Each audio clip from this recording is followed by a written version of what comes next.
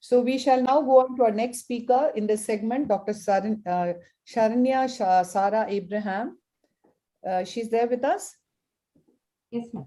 Yes, ma'am. She's the Associate Consultant, uveitis from Shankar Nethralaya, Chennai. And she's going to be talking on algorithmic approach to a case of retinochoroiditis. On to you. Good evening, and at the outset, I would like to thank the AIOS ARC for this opportunity. I'm sorry for the delay. In this talk, we will attempt an algorithmic approach to retinochoroiditis. Based on anatomical location, we must first know if the lesions are retinal, choroidal, or a combination of both. Retinitis lesions are usually white and fluffy. Speak a little louder, please. Retinitis lesions are usually white and fluffy with an overlying vitreous haze, and choroidal lesions are more well delineated. However, the characteristic feature is the relation of retinal blood vessels to the lesion. If the retinal blood vessel is not seen, it's usually a retinitis lesion. If the vessels are clearly delineated, they are choroidal. If they are partially seen, it could be a retinochoroidal lesion. Based on the pattern of the lesion, we have focal lesions, as in this solitary nodule in sarcoidosis. They could be multifocal, like in APM-PPE, or they could be disseminated, as in patients with retinitis. Focal choroiditis further could be macular involving or extramacular. Sometimes the focal retinochoroiditis may be associated with a vitreous haze, as in the headlight and fog appearance that we find in toxoplasma retinochoroiditis. There can be the presence of chirales plaques that are segmental beading in the blood vessels. Multifocal lesion, on the other hand, may be either retinitis or multifocal choroiditis. Multifocal retinitis is seen in early ARN before the lesions coalesce. A disseminated or diffuse choroiditis pattern is seen in nodules either in tuberculosis or sarcoidosis. A similar kind of widespread lesion in the fundus may be seen in retinitis, where you have scalloped margins with occlusive vasculitis, as in ARN. Sometimes you can have a cracked mud appearance, as in progressive outer retinal necrosis, a pizza pie appearance in CMV retinitis, and diffuse retinitis with diffuse retinal hemorrhages post-febrile illnesses. These are examples of disseminated retinitis. Based on the activity of the lesion, again, we can classify. GHPC classically heals in the center, and the active edge is still highly active, as is seen in this picture before and after treatment.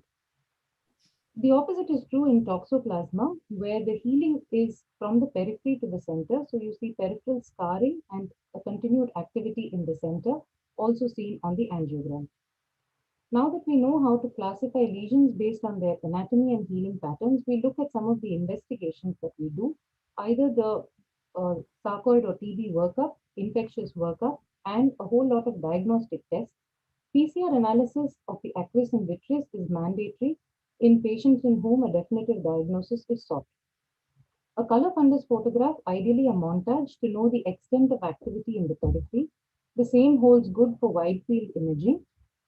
A fundus autofluorescence is mandatory, especially in follow-up of patients with choroiditis, because as is seen here, the edge that is active is seen as a hyper-autofluorescent margin.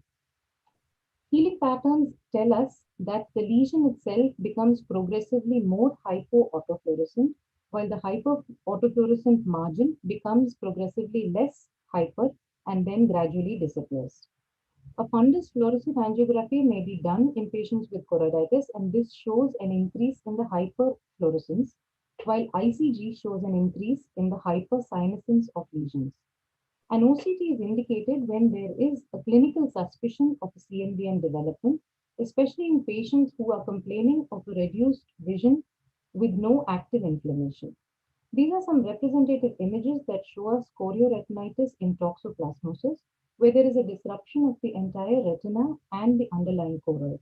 In active CMV retinitis, although there is disorganized retina, the choroid beneath is visible and delineated well.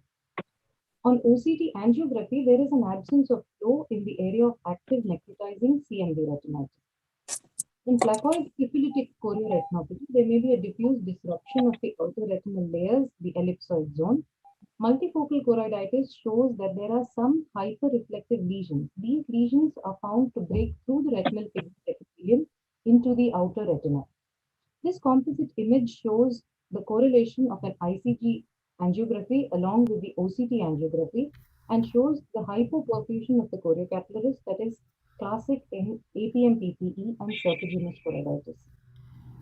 Choroidal granuloma, either due to TB or sarcoid on an ICG, is seen as a hyporeflective lesion. This is also seen on the OCT as similar hyporeflectivity. However, there is an increased transmission beyond this lesion which differentiates it from dilated choroidal vessels. Whenever a focal choroidal thickening is seen, along with the disruption of the overlying retina, suspect toxoplasma. In this case, with punctate inner choroidopathy, we find that OCT-A is useful to differentiate the hyperfluorescence seen from an inflammatory lesion and from a choroidal neovascular membrane, which is seen as the vascular net on OCT-A. Now that we've seen how we classify based on diagnostics, a very simple classification would be to group them into infectious and non-infectious lesions. All of them require appropriate treatment with oral steroids. Whenever we see atypical presentations in the fundus, especially this kind of an overlying vitritis, dense vitreous opacity, we must think of HIV. Management broadly is based on the location, pattern, and activity of lesions. If they are macula threatening and non-infectious, IVMP should be the first step, followed by oral steroids and immunosuppressives. If TB therapy is indicated, that should also be given. Intravitreal agents may be used in biologicals like tumor necrosis factor blockers. Prompt referral to an infectious diseases specialist where indicated. The use of an Amsler grid and a fundus photograph at autofluorescence for monitoring purposes is mandatory. These are just some examples to show us that there is a fundus lesion with some amount of subretinal fluid. However, the angiogram shows a leakage rather than an early hypo and late hyperfluorescence. This is in fact a multiple leak CSR. Likewise, we have these deeper choroidal lesions. All investigations in this patient were negative. An intraocular biopsy of the vitreous sample showed atypical lymphoid cells. This patient had an intraocular lymphoma. There is a fundus lesion inferotemporal to the fovea with choroidal folds, which disappear completely on treatment. One investigation in this patient would be an ultrasound which showed a T sign. This patient has posterior scleritis. To conclude, all whitish or yellow lesions in the fundus are not retinochoroidal. They are diagnosed based on clinical suspicion and appropriate history taking, coupled with ancillary testing. Prompt initiation of treatment is very important for good visual results. A periodic follow-up in these patients is mandatory because of the propensity of them to recur. Thank you very much. Thanks, thanks a lot, Sharanya, for a very detailed, wonderful talk. Srinivas, can you take some discussion forward? Yeah, I think we can have a few points from the expert panel here. Rima, madam, you want to say something? Yeah, thank you, Sharanya. A very good algorithm that you showed. So it's important whenever we see these lesions in the fundus, it's important to first know whether we're dealing with a retinal lesion or a choroidal lesion. So once we're able to differentiate between the two, I think we're likely to have the etiologies as well. So by and large, the retinitis represents an infectious pathology, except when it's subtle retinitis like we see in Behçet's disease. But otherwise, overall, generally, it's an infectious pathology. And choroiditis, by and large, it's more of non-infectious. Or you have a mixed spectrum like TB or sarcoid, and then all choroidal granulomas like PKH and all. And once you do the OCT, you know we are dealing with a retinal lesion or a choroidal lesion. And then the fluorescein confirms. So it's good to know what kind of lesion that we are dealing with. And then we have the etiology. So good pictures, Sharanya. Good collection of cases. Fantastic. I think it was a very simple and even a common ophthalmologist or general ophthalmologist can also pick up most of these signs. I think wonderful presentation.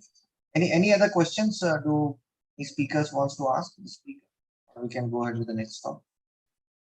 Somebody had raised. Kumar, sir. Go ahead, Kumar, sir. Just a point that is kind of a disclaimer that all these algorithms are only broad outlines and details therein are not cast in stone, so to say.